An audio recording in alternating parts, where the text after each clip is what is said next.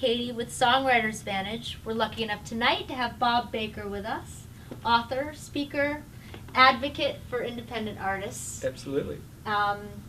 Known for his new book, Guerrilla Music Marketing Handbook, which is fantastic. So Bob, talk to us. Sure.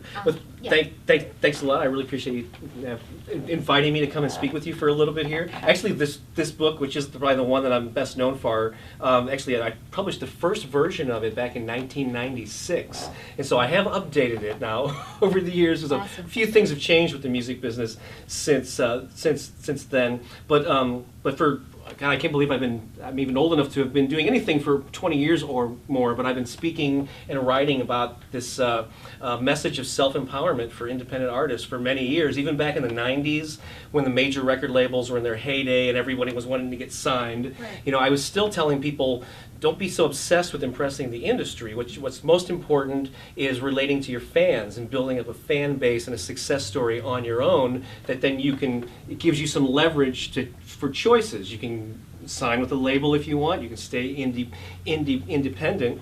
And I took the same sort of independent guerrilla non-traditional approach as an author in publishing my books. I didn't do the traditional things that authors do. I didn't worry about getting a book deal or being in bookstores. I used the internet to take my message directly to the most important person, the end user, the reader, the independent musician. It's the same thing that songwriters and musicians should do too, is focus on that end user. You used your own technique. I did, yeah. I practiced what I practice what I preach, and I know there's different songwriters who are trying to get their songs placed. It's a little bit different tactic because instead of going after fans, you're going over establishing relationships with people in the industry who will then connect you with the songwriters and the artists who will cut your song. So my message is probably more appropriate for active, hands-on, self-promoting artists.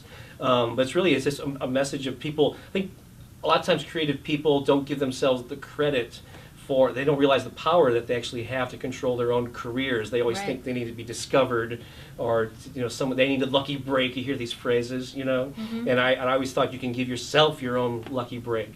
True. By just taking your self-appointing yourself to be a musician, and you deserve to pursue this, and just take it to the people. And now more than ever. Oh yeah. Compared to 20 years ago, but that's what it's all about now. And so we're lucky to have somebody like you to kind of give us the tools. Cool. You've got another book, Music Marketing for MySpace. Yeah, it came out about 3 years ago. It was actually the first book out about how to use MySpace specifically to promote music. And admittedly, the book is in need of an update, but it did very well. And now I need to come out with a book on how to use Facebook and Twitter.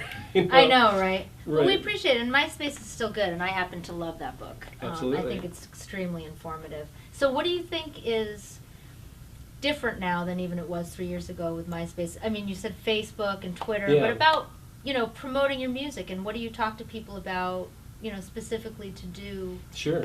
Well, what's different is that the tools for self-promotion, there's more tools all the time. I mean, we really live in an incredible era, and we're really lucky to be alive in this time period because you can do so many things. It used to be that you were constrained. There were gatekeepers. Right. For you to have really much of an impact with a large number of people, you had to get the approval of an A&R person or a manager or a program director at a radio station.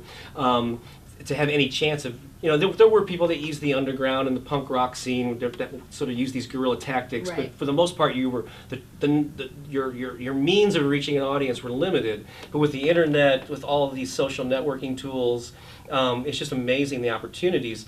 But I like to clarify something, because a lot of people will use this term, there's a level playing field now. Yeah. And I agree that everyone has access to the playing field. Right. But how you play the game is up to each artist, and most people, they get on the field and then they sit on the sidelines. Well, now it's true, and now that we do all have more access, like you said, and don't have to go through these A&R people and who do you know, and you have the opportunity to get your music in front of music supervisors if you know how to do it, and I'm sure you help us learn how. What would you say, or what do you talk to us about? What would set us apart? What sets someone apart from someone sitting on the sidelines and someone who actually gets their. Yeah.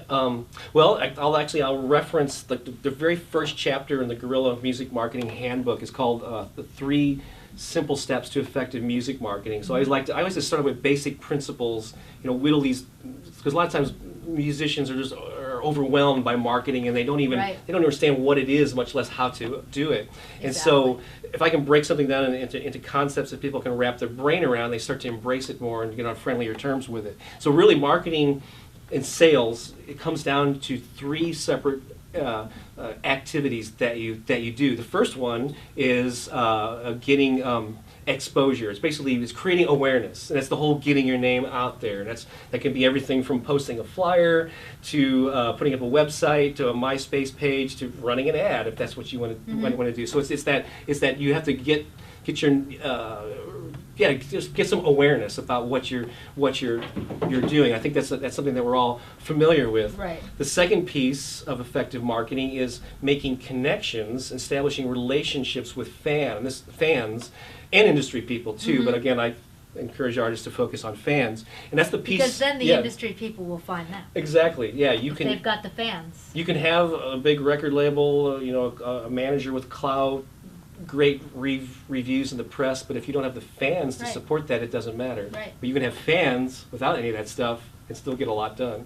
Very true. But it's that relationship part with the fans that I think a lot of artists for many years had missed out on, because in the model of the old, there was a separation. There was the artist, the distant artist, and there was the fan here that would wait in line and would never interact with them. Right. But nowadays, especially on the independent guerrilla level that I talk about, that accessibility and the relationships that you build is crucial.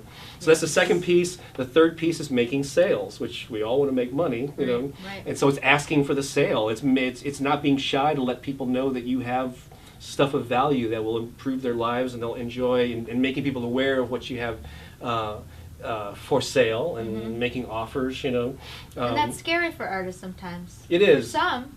Because they feel like they're hawking themselves, or they're a used car salesman. Right. So there's sales is taken on this dirty connotation, but really if you're doing it from a place of authenticity, and if you realize how your music affects people in a positive way, like people come up to you after after your shows. So you're an artist, yes, right? I am. Have you had people come up and say, that song really touched me, or people actually. cry or whatever? And when you touch people in that way and you add to the tapestry of their lives through your music, that's something you want to share with more people. There's nothing commercial or slick about just wanting to share that with more people. Right. Because really, marketing is really, it sounds kind of touchy-feely, but it's really just sharing your gifts with more people. And believing in yourself. Yeah, exactly. Yeah, you have to feel strongly about it. So those are the 3 pieces. It's creating awareness, establishing relationships with fans, and then generating income and asking for the sale, leveraging that attention and those relationships to support you. You have every right to do that.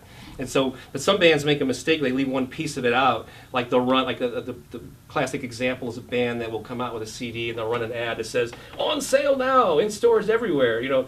They're creating awareness, they're asking for the sale, but they haven't done anything to establish the relationship and repeated exposures to people, the familiarity.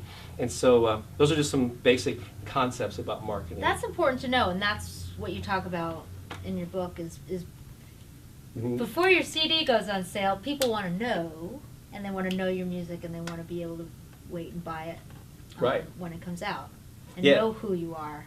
And don't wait till the CDs arrive from the manufacturer to start promoting it. I want to do with them, and then 900 of them in your closet a year later, gathering dust. I think all of us are guilty of that at some point. Yes. But that makes a lot of sense.